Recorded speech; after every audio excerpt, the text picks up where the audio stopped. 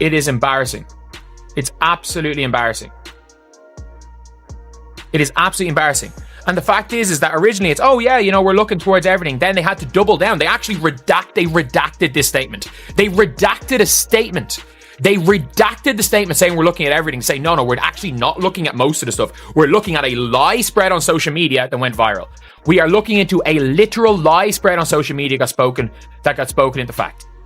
We're looking at... The WNBA just hit CaitlinClark in the Indiana Fever with a punishment so absurd, even Angel Reese had to do a double take. And let's be honest, she thrives on drama. Did the league just reveal its true colors? Or are we witnessing yet another chaotic episode of Let's Baffle the Fans for ratings? Spoiler alert, things got spicy, messy, and downright hilarious. Strap in, because the WNBA's plot twists are wilder than a soap opera scripted by a hyper-caffeinated raccoon. WNBA. This has to be the most pathetic professional organization I have ever come across. This has to be the most unprofessional organization I have ever come across. This league would definitely not succeed without Adam Silver saying, here's more money, here's more money, here's more money, here's more money. Without David Stern saying, here's more money, here's more money, here's more money, here's more money. This league would be gone. And that's what happens when you don't need to think logically, when you don't need to think like a business, when you can continue to put activism at the forefront because daddy's going to continue to pay your bills. You're allowed to get off the rails. You're allowed to say whatever outlandish stuff you want to say because it doesn't matter. You'll never fail. Take us through the flagrant foul from your perspective, just what you saw in that play, how you interpreted what happened. Basketball player, refs got it right. Move on. The WNBA, a glittering showcase of competitive mid-tier chaos, where fire gets smothered in bureaucracy and rivalries are treated like HR violations. Imagine pro basketball filtered through a corporate handbook and a Pinterest board titled Be Nice. That's your league. Now, onto the latest episode of this basketball sitcom. Starring CaitlinClark, the radiant beacon of actual talent, and Angel Reese, the self-anointed court villain who apparently believes every game is a WWE audition. Buckle up. This one's a script only irony could write. So I didn't hear anything outside of the run-of-the-mill booing. But the WNBA seems content to follow through with this ridiculous investigation. Who is the WNBA going to let control their pocket strings, their pocketbooks? Because it seems to me like the new fans are the ones that's funding this whole league now. I mean, we make up about 70% of the fans overall. Otherwise, yesterday's game would have been watched by about 400,000 people, maybe. It probably got watched by what? Upwards of 2 million?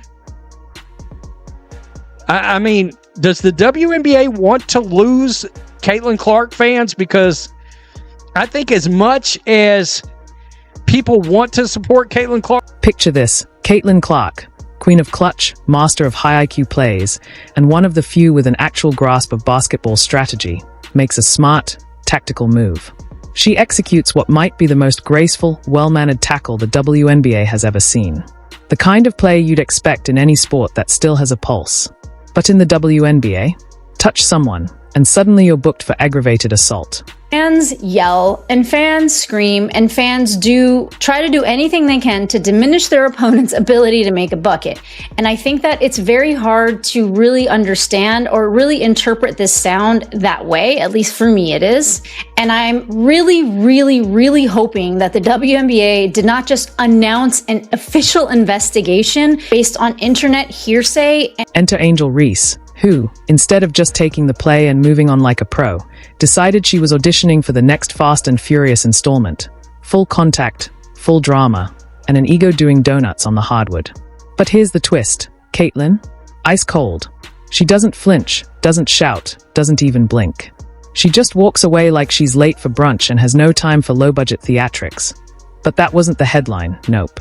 The WNBA, in its boundless wisdom and stunning lack of common sense, skipped right over Angel's street fight cameo and decided to blame, drum roll, the Indiana Fever fans. That's right. Not the reaction. Not the escalation. The fans. Because when in doubt, punish the people who bought tickets. I'm so angry about this. I'm so angry about this is because how many kids are there in that audience? How many kids are there? And I'm sorry. I'm cool with idiots online branding me as whatever they want to. But when it comes to innocent kids who just want to watch their favorite team, favorite players play basketball, and thankfully they're going to be oblivious to this. But I'm sorry, you're branding kids as dangerous. You are branding kids who are just enjoying their game, who are having the time of their lives watching this league as dangerous. This league does not want to grow. This Players Association do not want to grow. Neko Wumake, don't criticize. Watch, don't criticize. At how AB defended her teammate, how DeWanna Bonner spoke about the fans. They were so mad about a common basketball play in which Angel Reese admitted was a basketball play, that they went out of their way to make things like this.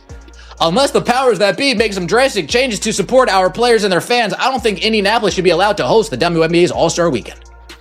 These people are writing emails because they're so emotionally unhinged. They're so emotionally unhinged. They've never been checked a day in their life. Their parents allow them to act like fools with no repercussion, with no consequence. Always being acquiesced to every little complaint, to every little need, to every little this, to every little that. They're writing emails to get the Indiana Fever. The real villains, the fans. You know, those monsters who had the audacity to support their own team and boo the player who went after their star. Criminals, truly. How dare they show emotion? Apparently, in today's WNBA, being passionate, loyal, or even mildly confrontational is now a punishable offense. Because, according to the league, rivalries are dangerous, competitiveness is toxic, and any emotion beyond polite clapping and Instagram-ready grins? Totally unacceptable. Passion is out. Sanitized sports theater is in. Years ago, we had a situation that shook the earth. That is CaitlinClark putting a flagrant foul on Angel Reese, and that foul arguably was probably one of the most transcendent moments in CaitlinClark's career.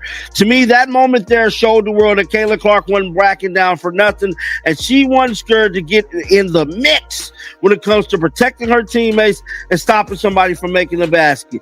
Well, many other Angel Reese fans had rage war against CaitlinClark fan base by saying racial slurs online, and me personally, I'm staying out of the racial stuff as of right now.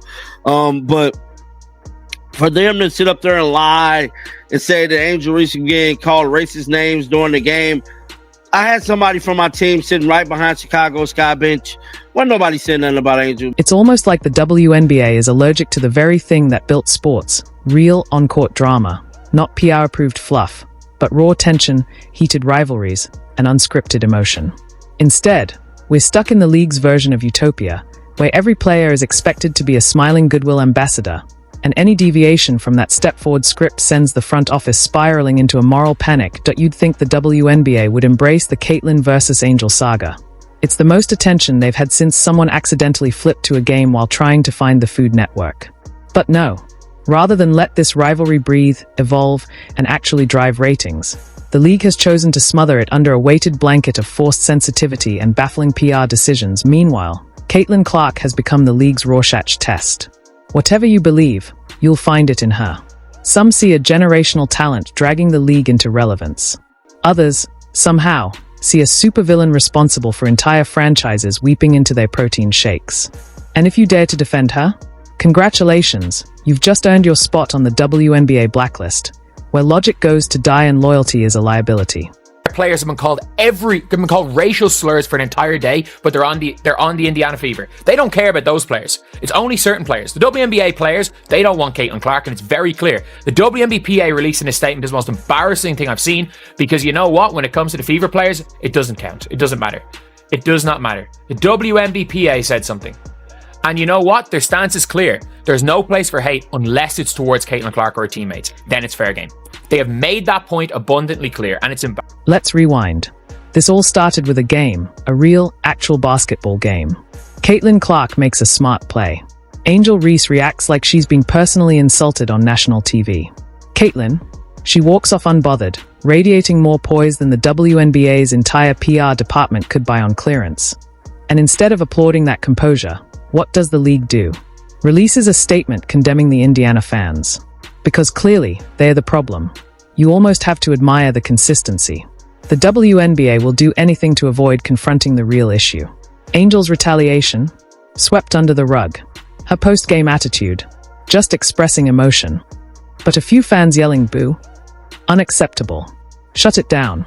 Call the morality police. It's as if the league wants us all to pretend that competitiveness is cruel, that it hurts feelings, that it disrupts the pastel-colored image they are so desperate to preserve.